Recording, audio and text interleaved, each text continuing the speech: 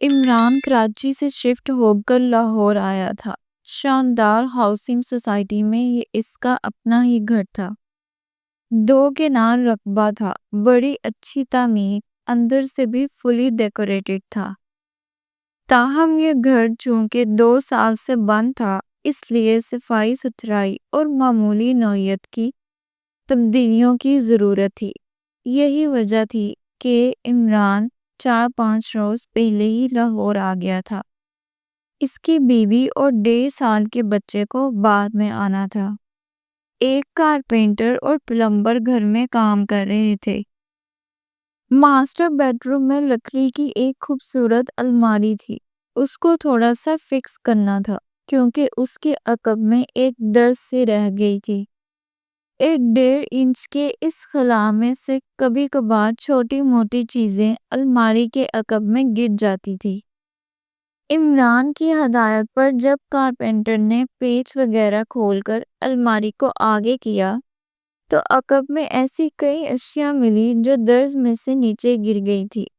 2 چھوٹے کتابچے، 2-3 پنسلیں، ایک بال point, 1-2 visiting card اور اس طرح کی دیگر چیزیں۔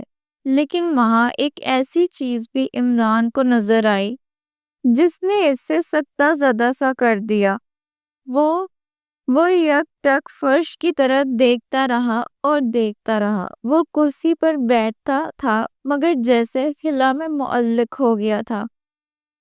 لمحوں میں اس کا ذہن اسے اڑا کر کئی برس پیچھے لے گیا۔ مناظر اس کے تصور میں ترتیب وار ابھرتے اور نمایاں ہوتے چلے گئے۔ وہ جدائی کی شام تھی اور ایسے ہی یکبستہ تھی۔ پنجاب لائبریری لاہور کے ریڈنگ روم میں عمران اور کوکب ایک میز پر قریب قریب بیٹھے تھے۔ بمشکل 1 فٹ کا فاصلہ ہوگا مگر یہ فاصلہ لامتناہی ہی دوری میں بدلنے والا تھا۔ ان کی 4-5 سالہ محبت کا سفر آج ختم ہو رہا تھا۔ اس سفر میں خوشیاں لمحوں میں مقید تھی اور دکھ برسوں پر محیط تھا۔ آج زخمی دل اور نم آنکھوں کے ساتھ وہ ایک دوسرے کو الوداع کہہ رہے تھے۔ لیکن کیا واقعی وہ الوداع کہہ رہے تھے؟ کچھ بھی ہو جائے، ایک موہوم سی آس، ایک کمزور سی امید کہیں نہ کہیں تو باقی رہتی ہے۔ عمران کا تعلق ایک متوسط گھرانے سے تھا۔ 2 بہنیں بیاہی جا چکی تھی۔ ان سے چھوٹی بہن کی عمر گزری جا رہی تھی۔ اس کے ہاتھ پیلے ہونے ابھی باقی تھے۔ بڑا بھائی بیوی سمیت گھر چھوڑ کر جا چکا تھا۔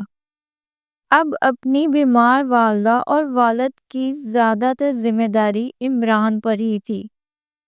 اس کے والد فیاض صاحب ایک فلور مل میں ہیڈ فورمین تھے۔ بڑی سلجھی ہوئی شخصیت تھی۔ یہ کوئی ان کی عزت کرتا تھا۔ اور تو اور مل کا مالک میاں ابرار بھی انہیں ملازم سے زیادہ ایک پرانے مشیر اور دوست کی حیثیت دیتا تھا۔ عمران نے گریجویشن کیا تھا اور گھریلو ضروریات کے سبب فوراً ہی ایک نیم سرکاری دفتر میں کلرک کی ملازمت کر لی تھی۔ اس کی والدہ کو گردوں کا مرض تھا، ڈائلسس وغیرہ ہوتے تھے۔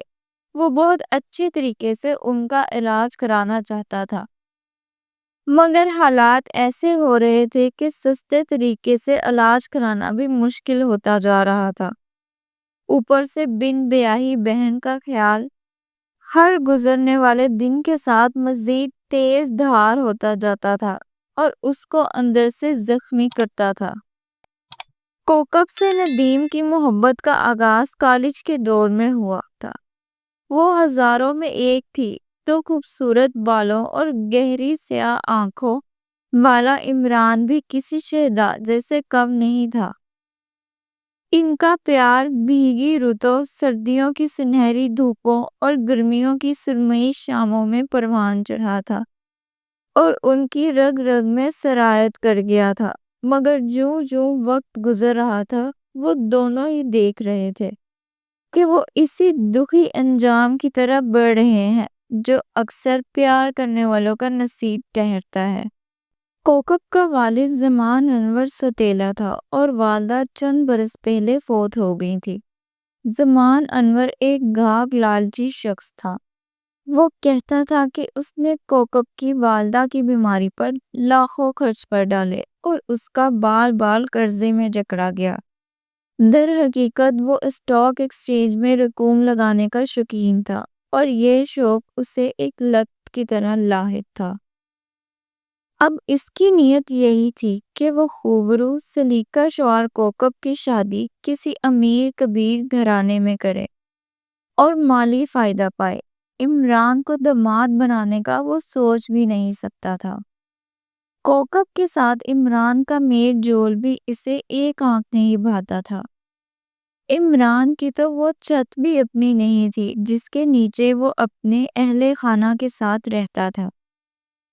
کوکب تعلیم یافتہ ہونے کے باوجود مکمل طور پر اپنے والد کے دائرہ اختیار میں تھی۔ وہ چھوٹی موٹی باتوں میں تو اپنے ستیلے والد سے اختلاف کر لیتی تھی، مگر شادی جیسا فیصلہ اس کی مرضی کے خلاف کرنا کوکب کے بس میں نہیں تھا۔ جدائی کا یہی خوف اور محرومی کی یہی کیفیات تھی جن کے زیر اثر عمران نے شاعری شروع کی تھی اور شاعر بن گیا تھا۔ جو بات دل سے نکلتی ہے وہ اثر رکھتی ہے۔ عمران کی شاعری نے بھی تھوڑے ہی عرصے میں بے شمار لوگوں کو اپنا گرویدہ کر لیا تھا۔ اس کی ایک دو کتابیں بھی شائع ہو چکی تھی۔ لوگ اس کی تعریفوں کے پل باندھتے تھے، مگر تعریفوں سے پیٹ تو نہیں بھرتا۔ نہ مناسب طریق سے بہن کی ڈولی اٹھتی ہے، نہ بیماریوں کا علاج ہوتا ہے، اور ماں اس کی عزیز ترین ہستی تھی۔ اس کے بس میں ہوتا تو وہ اپنی جان بھی نکال کر ان کے جسم میں ڈال دیتا۔ پھر ایک روز ایک کافی شاپ میں بیٹھے ہوئے کوکب نے عمران سے کہا، عمران، اب میں اپنے بڑوں کو مزید نہیں ٹال سکتی۔ مزید اسٹڈی کا بہانہ بھی اب کارگر نہیں رہا۔ ڈیڈی میرے لیے لڑکا پسند کر رہے ہیں۔ میں ان کو مزید نہیں روک پاؤں گی۔ اس کی جھیل آنکھوں میں آنسو بہہ رہے تھے۔ عمران اسے کیا تسلی دیتا؟ تسلی دینے کے لیے اس کے پاس تھا ہی کیا؟ اس کے سوا کچھ نہ ہوا کہ اس رات اس نے ایک اور غزل لکھی اور ہمیشہ کی طرح سوشل میڈیا پر بھی اس کے الفاظ کو بے حد سراہا گیا۔ اکثر اسے یوں محسوس ہوتا تھا کہ وہ سزائے موت کا قیدی ہے، آہستہ آہستہ تختہ دار کی طرف بڑھ رہا ہے۔ کوکب سے بچھڑنا بھی تو موت کی طرح ہی تھا، مگر جس طرح پھانسی پانے والا اپنے آخری چند دنوں میں خود کو حالات کے دھارے پر چھوڑ دیتا ہے، عمران پر بھی عجیب سی بے حسی طاری ہوتی جا رہی تھی۔ پھر ایک اور واقعہ ہوا جس نے ان دونوں کو ایک دوسرے سے کچھ اور بھی دور کر دیا۔ جس فلور مل میں عمران کے والد کام کرتے تھے، اس کے مالک میاں ابرار کی ایک جوان بیٹی بھی تھی۔ بہت خوبصورت تو نہیں تھی، لیکن بہت تیز ترار اور فیشنیبل تھی۔ نئی نسل کے اکثر لڑکے لڑکیوں کی طرح وہ بھی سوشل میڈیا کی رسیا تھی۔ وہیں سے اس کا تعارف عمران اور اس کی شاعری سے ہوا اور وہ خوبرو عمران پر فدا ہو گئے۔ اسے یہ بھی معلوم ہو چکا تھا کہ عمران کا والد اس کے پاپا کی مل میں ملازم ہے۔ ایک روز عمران کے والد فیاض صاحب نے اسے یہ بتا کر حیران کیا تھا کہ فلور مل کے مالک میاں ابرار اور ان کی بیٹی اس سے ملنا چاہتے ہیں۔ والد کے کہنے پہ وہ باپ بیٹی سے ملا تھا۔ لڑکی کا نام شمائلہ تھا۔ اسے لاد سے شمی یا شمی خان بھی کہا جاتا تھا۔ دبنگ اور بے باک لڑکی تھی۔ وہ جیسے باپ کی موجودگی میں ہی عمران سے رومانس لڑانے میں مصروف ہو گئی تھی۔ پہلی ملاقات میں عمران نے اس سے کچھ اچھا تاثر نہیں لیا، تاہم دو چار ملاقاتوں میں اسے اندازہ ہوا کہ وہ دلچسپ لڑکی ہے اور شاعری کے علاوہ دیگر موضوعات کی بھی کافی نالج رکھتی ہے۔ وہ بہت تیزی سے عمران کے قریب آنے کی کوشش کرنے لگی۔ پھر ایک روز جب عمران رات گئے اپنے والدہ کا ڈائلیسس کرا کر گھر لوٹا تھا اور بہن کو جگائے بغیر خود ہی کچن سے ٹھنڈا ٹھار کھانا نکال کر کھا رہا تھا، اس کے والد چہرے پر عجیب سا تاثر لیے اس کے پاس آ بیٹھے تھے۔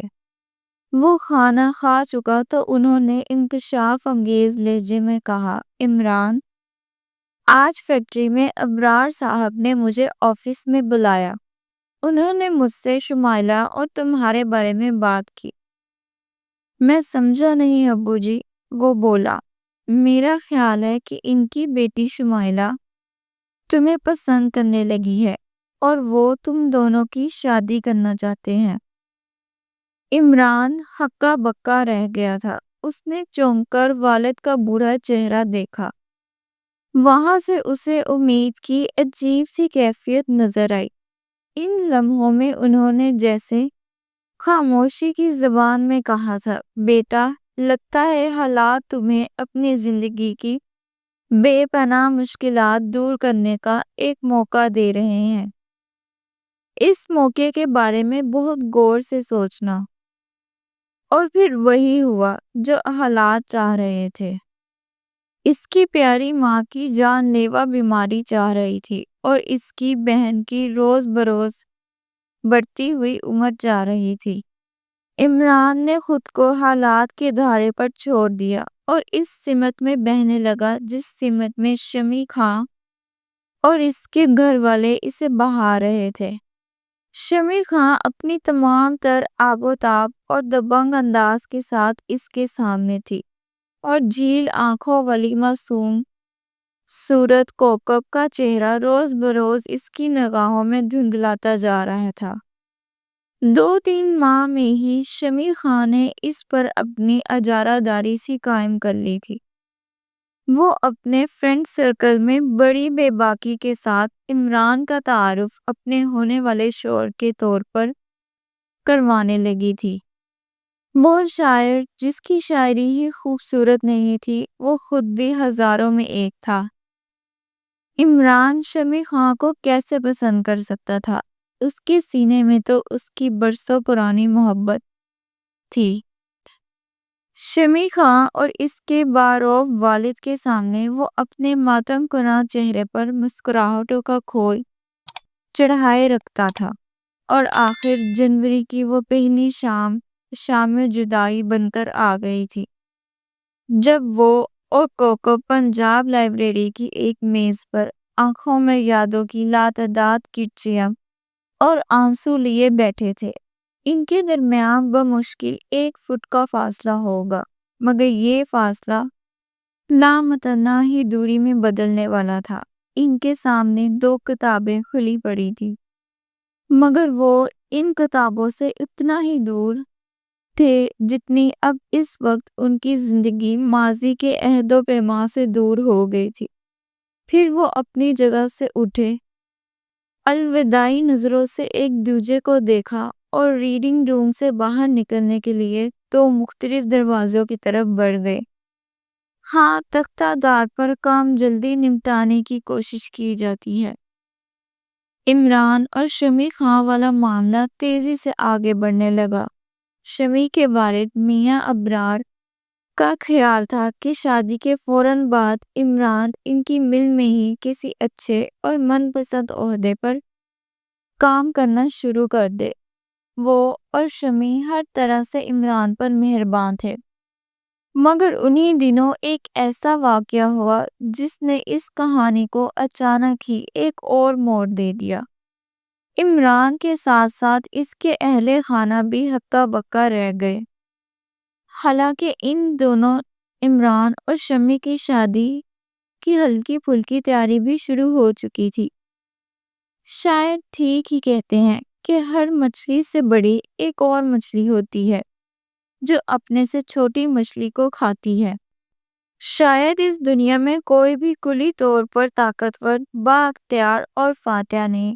یہ ساری صفات بس ایک ہی قادر متعلق کے ذات کا حصہ ہیں۔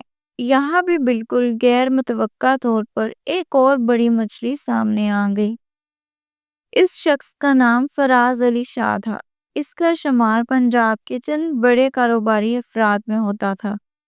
پاکستان سے باہر بھی اس کا بزنس موجود تھا۔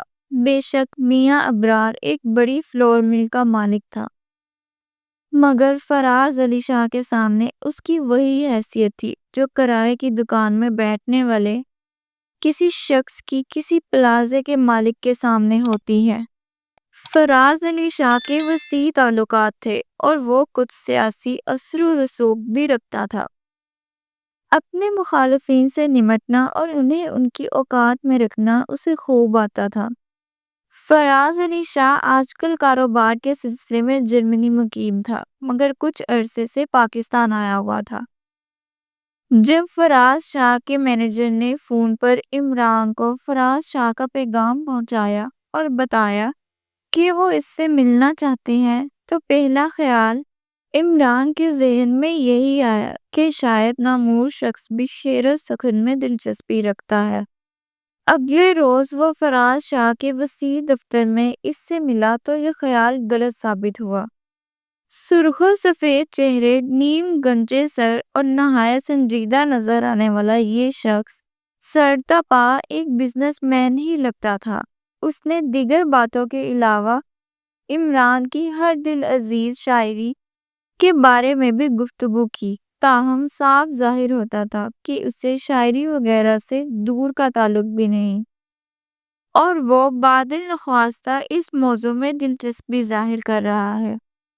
گفتگو کے آخری مرحلے میں اس نے کہا، میری بیٹی ڈاکٹر سمینا تمہاری شاعری بڑے شوق سے پڑھتی ہے، اکثر مجھ سے بھی ذکر کرتی رہتی ہے۔ میں نے سوچا تمہارا اتنا ذکر سنا ہے، تم سے ملنا بھی چاہیے۔ عمران مسکرایا، حیرت ہے جی، وہ ڈاکٹر ہو کر شعر و شاعری جیسی غیر سنجیدہ چیز میں دلچسپی رکھتی ہیں؟ اس کی ہر بات ہی حیران کرنے والی ہوتی ہے۔ کسی دن اس سے بھی ملوائیں گے تمہیں، انہوں نے کسی دن کہا تھا، لیکن یہ دن 2-3 دن بعد ہی آ گیا۔ لاہور میں پوش علاقے کی اس محل نما کوٹھی میں عمران کی ملاقات فراز شاہ کی دختر سمینا شاہ سے ہوئی۔ سمینا کی عمر 28-30 کے قریب رہی ہوگی۔ اس کے نقوش تیکھے اور دلکش تھے، مگر جسم کچھ دبلا پتلا تھا۔ آنکھوں میں بے پناہ تخن سی نظر آتی تھی۔ اگلے 1 گھنٹے کی ملاقات میں عمران کو یہ جان کر حیرانی ہوئی کہ سمینا اس کی شاعری میں ہی نہیں، خود اس میں بھی دلچسپی ظاہر کر رہی تھی۔ وہ اندر سے جیسے بوکھلا کر رہ گیا۔ یہ سب کیا ہو رہا تھا؟ بے شک وہ پاپولر شاعر تھا، مگر ایک اس میں ایسے کیا سرخاب کے پر لگ گئے تھے کہ ایک کے بعد دوسری امیرزادی اس کی طرف مائل ہو رہی تھی۔ اگلے چند روز میں اسے سمینا کے بارے میں جو کچھ معلوم ہوا، اس سے پتا چلا کہ اس نے MBBS تو کیا تھا، مگر باقاعدہ پریکٹس وغیرہ نہیں کی۔ MBBS کے دوران میں ہی اس کی شادی ایک رئیس دادے سے ہوئی اور 1 سال بعد طلاق بھی۔ یہ بھی کہا جاتا تھا کہ طلاق کی بجائے وہ خلا تھا اور اس کا سابق خاوند اب مستقل طور پر بیرون ملک شفٹ ہو چکا تھا۔ فراز علی شاہ کو بیٹی سے بہت پیار تھا اور وہ اس کی کوئی بات ٹالتا نہیں تھا، لیکن اس کے ساتھ ساتھ وہ اپنے اصولوں کا بہت پابند بھی تھا۔ اس کی مرضی کے خلاف اس سے کوئی کام نہیں کرا سکتا تھا۔ ایک روز عمران شمی خان سے ملا تو وہ سخت آگ بگولا تھی۔ اس کی ناک جو پہلے ہی تھوڑی سی موٹی تھی، غصے سے اور بھی پھولی ہوئی تھی۔ وہ عمران پر چڑھ دوڑی، یہ کیا کرتے پھر رہے ہو تم؟ کیا سمجھتے ہو مجھے کچھ پتا نہیں ہے؟ تمہارے پل پل کی خبر رکھتی ہوں میں، یہ کس کے ساتھ گھومتے پھر رہے ہو؟ عمران نے اسے بہت سمجھایا کہ ایسا کچھ نہیں، وہ صرف شاعری کی حد تک اس میں دلچسپی رکھتی ہے۔ اس کے گھر والوں کے اصرار پر وہ بس 1-2 بار اس سے ملا ہے، تھوڑا بہت لکھتی بھی ہے۔ اس کی اصلاح چاہ رہی تھی۔ تم اصلاح کیا کرو گے؟ تمہاری تو خود اصلاح ہونے والی ہے۔ جو کچھ تم کر رہے ہو یہ میں نہیں ہونے دوں گی۔ میں تمہیں سچ سچ بتا دوں، وہ گرجی۔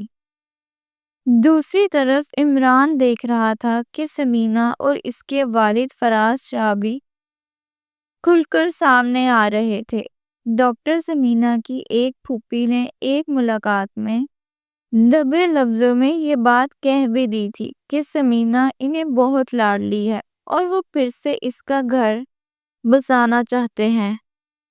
کچھ دیر کے لیے تو عمران کو یوں محسوس ہوا کہ سارا معاملہ چوپٹ ہونے والا ہے۔ کوکب کی جدائی کا تیر بدستور اس کے دل میں پیوست تھا اور وہ اس ترازو تیر کو دل میں لیے ہوئے کار دنیا بھی انجام دے رہا تھا، صرف اس لیے زندگی کو آگے بڑھنے کا موقع دے رہا تھا کہ شاید اس کی یہ قربانی اس کے اہل خانہ کے لیے آسانیوں کے دروازے کھول دے۔ اسے سب سے زیادہ فکر اپنی والدہ کی تھی، جن کی بیماری روز بروز ان پر حاوی ہو رہی تھی۔ کچھ لوگ بیرون ملک علاج کا مشورہ دے رہے تھے۔ ایک روز وہ دوبارہ شمی خان اور اس کے والد میاں ابرار سے ملا تو اس نے سارے حالات ہی بدلے ہوئے پائے۔ بجائے اس کے کہ میاں ابرار اس پر بگڑتے اور جلد از جلد شمی خان سے شادی کا حکم صادر کرتے، وہ بالکل ٹھنڈے ٹھار نظر آئے۔ انہوں نے عمران کو جلے کٹے انداز میں مخاطب کرتے ہوئے کہا، کسی کے سر پر زبردستی شادی اور رشتہ داری تھوپی نہیں جا سکتی۔ اگر تمہیں ہماری ضرورت نہیں تو ہم بھی تمہاری شکل دیکھنے کو مرے نہیں جا رہے۔ جو جی چاہتا ہے کرو، اپنا اور ہمارا تعلق ختم سمجھو۔ وہ لمبے لمبے ڈگ بھرتے باہر چلے گئے۔ کمرے میں اب صرف شمی خان تھی۔ اس نے بھی اپنے دل کی بھڑاس نکالی۔ اب دوبارہ شکل دکھانے کی ضرورت نہیں۔ جاؤ اسی انجلینا جولی کے پاس، باسٹرڈ کہیں کے، ہڈیوں کا ڈھانچہ، نہ شکل نہ صورت۔ عمران پریشان سوچے لیے گھر واپس آ گیا۔ وہ اپنی کوکب کو تقریباً کھو چکا تھا۔ اب شادی کے نام پر کوئی بھی توق اس کے گلے میں پہنا دیا جاتا اسے قبول تھا۔ البتہ موجودہ صورتحال میں ایک پہلو کچھ خوش آئندہ بھی تھا۔ سمینہ کے مقابلے میں شمی خان آتش مزاج رکھنے والی ایک اجارہ دار قسم کی لڑکی تھی۔ اگر مستقبل قریب میں اسے کہیں کوکب سے اس کے رومانس کا پتہ چل جاتا تو وہ اسی بات کو لے کر ایک بہت بڑا طوفان کھڑا کر سکتی تھی۔ اس نے تو ابھی سے اس کی شاعری کو بے حد شک کی نظروں سے دیکھنا شروع کر دیا تھا اور اس کے شاعروں کے پیچھے کسی رقیب کا چہرہ ڈھونڈنے کی کوشش کرتی تھی۔ شمی خان کی نسبت سمینہ اور مزاج کی لڑکی محسوس ہوتی تھی۔ وہ دھیمے مزاج کی ایک نرم خو اور ظرف مند لڑکی کے طور پر عمران کے سامنے آئی تھی۔ 2-4 روز بعد یہ بات بھی عمران کی سمجھ میں آ گئی تھی کہ شعلہ مزاج شمی خان اور اس کا والد اتنی آسانی کے ساتھ اس سے دستبردار کیوں ہو گئے۔ در حقیقت یہ اپنے سے بڑی مچھلی کا ڈر اور دباؤ ہی تھا جس نے انہیں پسپا ہونے پر مجبور کیا تھا۔ اس رشتے کے معاملے میں میاں ابرار فراز علی شاہ جیسے طاقتور بندے سے ٹکر نہیں لے سکتا تھا۔